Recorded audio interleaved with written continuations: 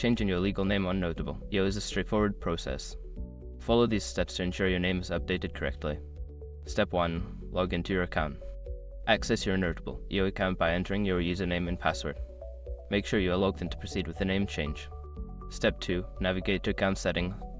Once logged in, locate the account settings option, usually found in the upper right corner of the homepage. Click on it to open your account management options. Step 3. Select personal information. In the account settings menu, find and select the section labeled personal information or profile. This is where you can update your name and other personal details. Step 4. Update your legal name. Don't continue before doing this.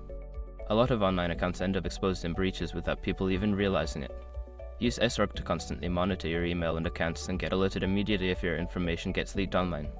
It scans billions of breached records 24/7 in the background.